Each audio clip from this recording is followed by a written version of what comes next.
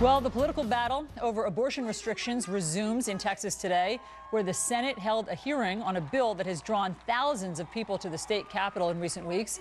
The Republican-backed measure would ban most abortions after 20 weeks, and it would also toughen regulations for abortion clinics. The Texas House, meanwhile, plans to vote on the legislation tomorrow. Michelle Malkin is a columnist and a Fox News contributor. Hi, Michelle. Hi, Alisyn. Obviously an incredibly heated topic, and you can see that played out in front of the State House today, where, abortion opponents and supporters are sort of having a showdown in front of the State House. What are we expecting? Well, I think that what you can expect is more of the same rude, uncivil, and unhinged behavior on the part of many of these pro-abortion supporters. And a lot of them, as many Texas natives have been pointing out, are coming from outside of the state, supported by the national pro-abortion organizations, NARAL and Planned Parenthood, along with a lot of these Hollywood celebrities who've taken to Twitter. And my Twitter aggregation and curation site, Twitchy.com, has been monitoring them for the last week or so, where they've ratcheted up a lot of vulgar rhetoric against peaceful pro-life supporters and pro-life legislators, and of course a staunchly pro-life governor, Rick Perry, who are really putting a test to these forces on the other side. Do they really believe in ensuring that abortions are conducted in a safe manner? And I think that's what we have to remember, Alisyn, as these debates become more heated, not just in Texas, but around the country, where other state legislatures are trying to, in the wake of that awful Kermit Gosnell House of Horrors situation, make sure that women and unborn children are protected. And, in terms of the Gosnell issue, Michelle, couldn't you argue that it's never a good idea to base policy on one homicidal maniac? Yeah, well, I think the problem is that over the course of the last several decades, it's the pro-life forces who have tried to expose and report time and time again that Kermit Gosnell is no exception. That, in fact, that there are many barbaric practices that have gone whitewashed, not just in Pennsylvania, but in many states, and of course, including Texas itself.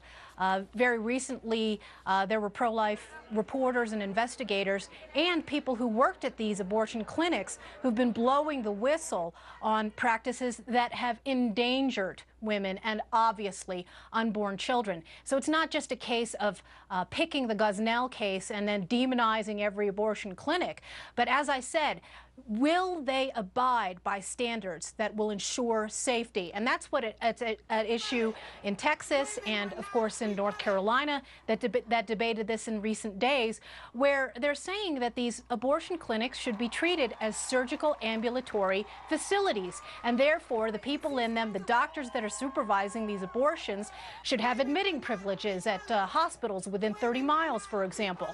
Or in the cases of women who are endangered and where emergency personnel have to be able to get in and out of there quickly with large gurneys, the hallways should be able to accommodate their equipment and the things that they need to make sure that women are safe. And of course, those are the very tenets, you've just outlined them, that are in this Texas bill. The pro-choice supporters say that those four tenets that you've just talked about, outlawing abortion after 20 weeks, making sure that it's the abortion clinic is within 30 miles of a hospital, that will effectively outlaw abortion in Texas, as well as the restrictions, as you mentioned, in Wisconsin, Ohio, and North Carolina.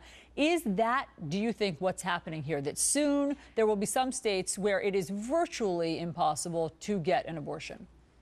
Again, the burden is on those pro-abortion radicals and extremists who would rather that we do nothing to prevent another Gosnell or another Dr. Gosnell, as there are in so many other states.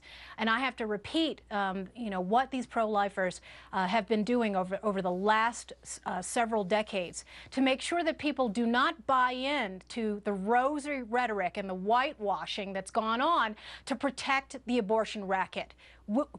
pick a side. I mean, look at the difference between how the pro-life people have conducted themselves in arguing on the merits. You have many medical providers who have supported these laws to ensure that there is health and safety for women and unborn children. All right, we will be watching today what happens in Texas. Michelle, thanks so much for your perspective. You bet, Alisyn.